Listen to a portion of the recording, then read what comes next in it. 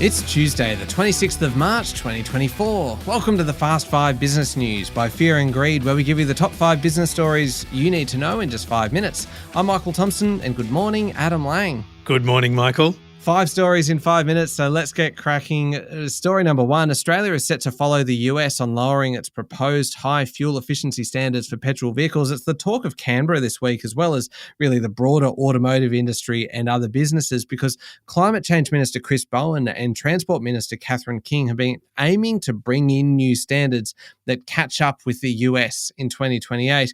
They want to boost the electric vehicle market. That's right, Michael. The plan was to cut fuel emissions by forcing auto companies to provide more efficient vehicles and help increase the uptake of EVs. And this is meant to be a big contributor to helping the government with hitting its carbon emissions reduction targets. The government was attempting to align with the US for the plan, but Joe Biden has thrown a spanner in the works. He walked back his plans last week for US standards, saying the impact on consumers and workers would be too great. He's giving car makers much more time to comply with the new rules. Biden was facing a lot of pressure from the automotive makers. Some car makers, particularly from Japan and Thailand, have also said high Australian standards would stop them from sending cars over here. We are a pretty small market in the global scheme of things. Yeah, this is a bit of a mess for the government now. What's going to happen next? Well, Bowen has said he's open to hearing sensible feedback on the proposed standards. They want to give Australians more choice of vehicles that cost less to drive. They're in the consultation phase, and it looks like they're pretty much set to lower the original plan for the standards. All right, on to story number 2 now. And real estate agency McGrath's board has endorsed a takeover bid from Knight, Frank and Bailey's, and the business is now going to be delisted. Yes, this comes after a rocky few years on the ASX for McGrath, which has been helped more recently by the surging property market. The consortium offer is worth 60 cents a share and has now been backed by the McGrath board, which collectively controls 48.1%.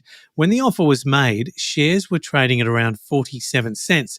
High-profile founder John McGrath, who is the CEO of the company, said he would be receiving equity for his 23.3% stake as an alternative to being paid out. His role as CEO is not going to be changed, and he said in a statement that he looked forward to continuing to work with the business, but also leaning in to the opportunities available from having international partners. McGrath shares jumped 24.5% yesterday. Story number 3 is just a quick one, Adam. The regulator's crackdown on company directors without a director ID has begun. That's right, Michael. A bit of a public service announcement with this one, but directors all now have an obligation to have a director identification number known as a director ID. ASIC has now commenced prosecution for the first time against a director who failed to get a director ID, which requires first verifying their identity with the Australian Business Registry Services. Those that fail to do so may face penalties up to $13,320. Story number 4, there's a second jobs boom in Australia, Adam. It is becoming increasingly common, it seems, to take on a second gig, and a new survey shows about a third of Aussies feel financially pressured to do so. There's been an historically high proportion of people holding multiple jobs since COVID hit. The official stats from the Bureau of Statistics puts the total number at just under 1 million people who've had more than one job as of December. And Michael, that's nearly 8% of workers. And this new survey, which is from Finder, found about 40% of employed women and nearly a quarter of men are under the pump to get a second gig. It's Generation Z, those born 1997 to 2012, who are feeling the pressure the most, with more than half looking for those extra hours in a second job to make ends meet. For millennials, those born between 1981 and 1996, it was about 40%. The Australian Bureau of Statistics data shows most multiple job holders right now are women, likely to be young and tend to work their main job in the community and personal services industry. Healthcare workers also tended to have multiple jobs. Last one, story number 5. The big trend in international markets right now is the heavyweight tech bosses selling hundreds of millions of dollars in their company's shares over the first quarter of the year.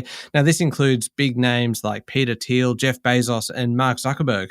That's right, Michael, and some of these numbers are enormous. Verity LLC tracks insider trading disclosures, and insider selling as a ratio to buying is at its highest level since early 2021.